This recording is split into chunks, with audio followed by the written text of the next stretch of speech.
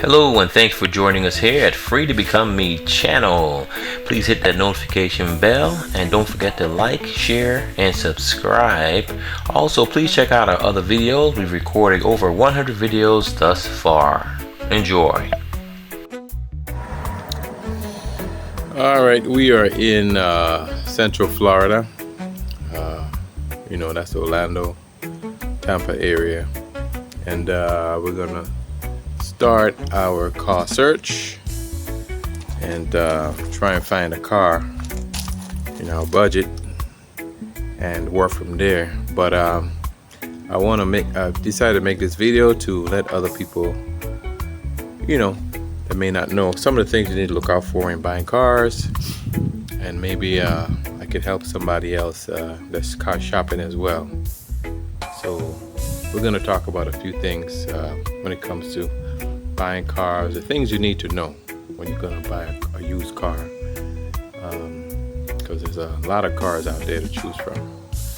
But yeah, let's get it started.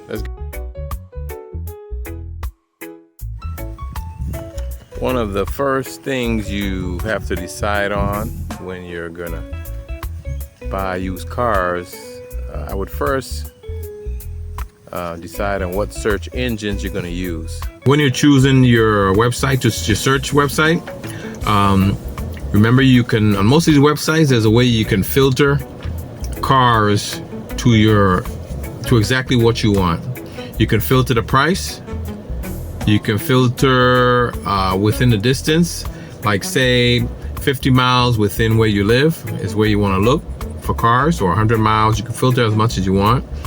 You can filter how many owners the car you want to buy have had. So if you just want to look at one owner cars, you can do that.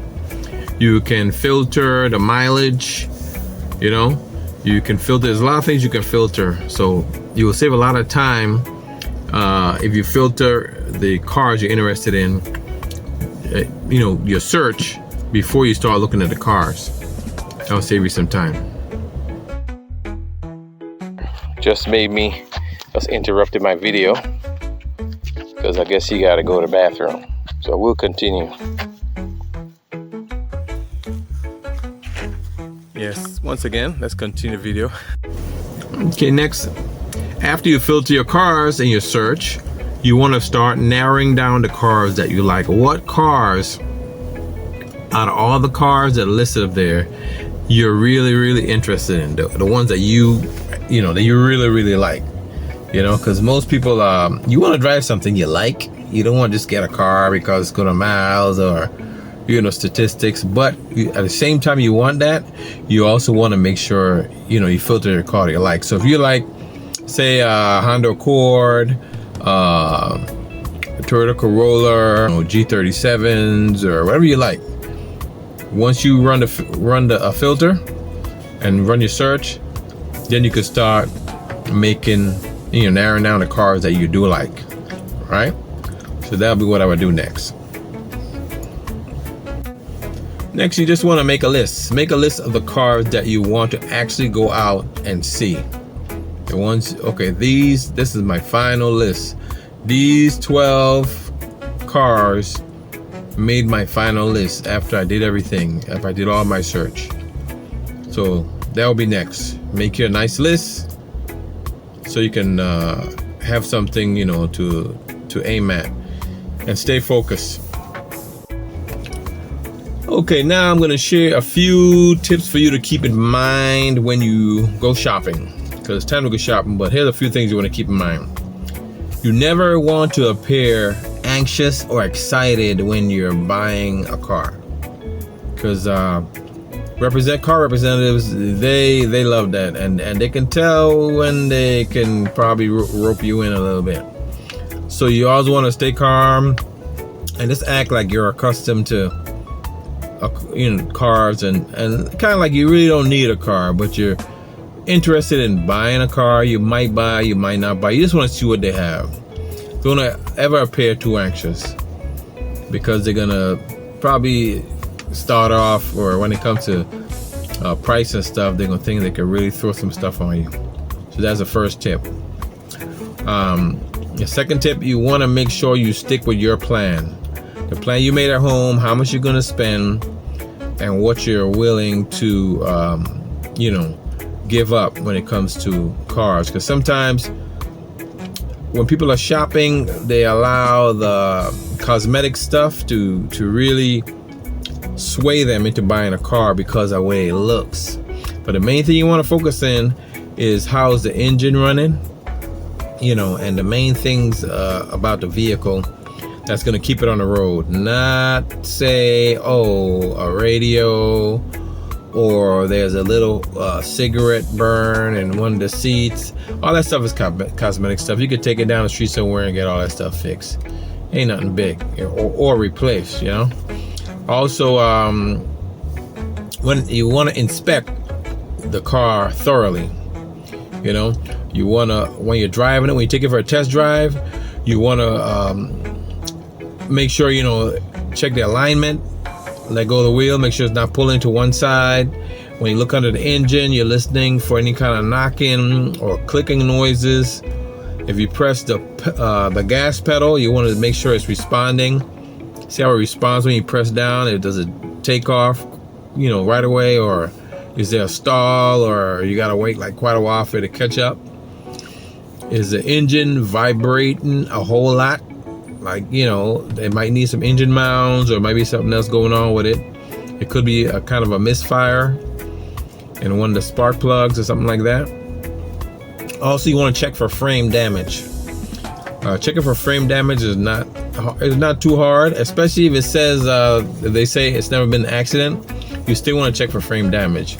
You can look all along the inside of the wall of the engine, and also the frame, to see if you see any differences in color of the paint, or anything that's bent. Just like in the trunk, you want to lift up where the spare tire is and look all in there and around, and see if you see any kind of bundle work or any kind of difference in the color of the paint. If you see anything, that's a sign that the car might have been in some kind of accident prior. Now, the biggest tip, here's the biggest part about buying a used car. Tips when you're buying a car. Now you're sitting down, you decide, yes, this is one of the cars I'm interested in. Now, you could do the same thing before you buy a car. You can get to this point where, because now you want to find out how much they're willing to let the car go for. Out the door, you want the out the door price. After you're done battling what they want to do, and then you can say, okay, let me get this price. Give me 24 hours. Let me think about it. Take that time to go look at other vehicles and do the same thing over and over. Get a couple of them together so you can know which one is the actual best deal. So now you're sitting down with them, and they come out, and the car outside says $8,000. So now you sit down, they come in front of you and they say, okay, we can give you the car for $11,500 or $12,500. Now, first thing you're gonna say is it says $8,000 on the sticker. Which here's where you have to bargain. First of all, a lot of additional fees you're gonna find written on the contract or paperwork in front of you. You do not have to pay. Trust me when I say this. I've seen this 1,000 times, and I used to buy and sell cars years ago. And I can tell you right now, you're gonna have something like a destination fee. That's something you can argue and just tell them flat out, look, I'm not paying no destination fee. Where did the car come from? Wasn't this car traded in? So why is there a destination fee on a used car? That somebody traded in.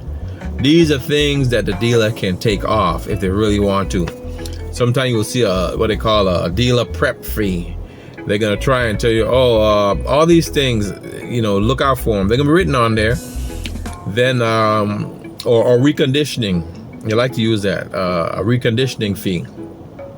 The truth is, a reconditioning fee, if there was one, should have already been included in the price of the quoted price of the car. It's never a price that's separate, to be honest. It shouldn't be separate from the original price. And next thing you will find a lot, and I've seen this several times, they'll try and tell you there's a paint protection package that they put on a car, and these things add up. These things will add to thousands of dollars, all these different little fees. And then sometimes they'll try and charge you for a Carfax. That's something else you can argue and say, nope, I'm not paying for the Carfax. Nope, I'm not paying for no paint protection. Or sometimes they'll say interior, exterior protection package. Now the truth is, you can look at somebody's car and be like, well, if I'm gonna pay you for interior, exterior package or paint package, I mean the car has all kind of scratches on it. It's not like y'all painted the car. So keep in mind, you can argue and get all this stuff taken off of the price that they're gonna quote you when you sit down with them. And I've done this several times. A next catch, and I can bet you any money they're gonna do this. When you sit down with them, the first thing they're gonna show you on the paper was the discount that they gave you. They're gonna say, okay, we gave you a $3,000 discount. That's the first thing that's gonna be up to the top. And then they're gonna start showing you all the stuff they added. So what they do is they take off $3,000 and then they add like another $3,000 to $5,000, all these special packages and all this stuff they're gonna tell you. But this is stuff you're gonna have to, you don't have to argue, just tell them flat out, you're not paying it. You're not gonna pay it. And they'll work with you. When they see you're serious, they don't wanna lose your business. Another tip is when you purchase a car. The best time to purchase a car is just two things to that. One, certain months. You wanna purchase a car in a month like now, in June. June's is one of the slowest months for most car dealerships. Why? Because the kids are out of school. No one's buying cars in June. Tax return time is gone. Christmas is not here yet, and no one's thinking yet on going back to school, because you don't have to go back to school right now. And that's when it'll start picking up again. When it's about to go back to school, you have people interested in buying cars for going to school. So the month you choose is important. The next thing is, never buy a car in the first week of any month, because they're not desperate. If you wait for the last week, and especially the last 2-3 days of the month, they're trying to get the last bit of sales before the month end. So those days are the best days to buy a car. Remember that. The last 2-3 days of the month, they're gonna do whatever they have to do to get you to drive off in a car and not go down the street to the next dealer. All right. Well, those are most of the tips I can think on. If I left any out, it'll probably be my next video. The video after this, we're gonna post. We're actually gonna be out shopping and looking at cars. I already know it's probably gonna take more than a day. Maybe a day or two, maybe even 3, because that's how car shopping goes. But I wish you guys luck, and I hope you guys enjoyed the video. And God bless, and stick to your guns. Stick to your guns. Don't go in there and start having them showing you all kind of shiny stuff, and now all of a sudden you're thinking, oh, I might buy this Mercedes-Benz. Thank you again for joining us here on Free to Become Me channel. Please don't forget to like, subscribe, and share, and tell a friend. And do have a blessed, awesome rest of your day. Thank you, everyone.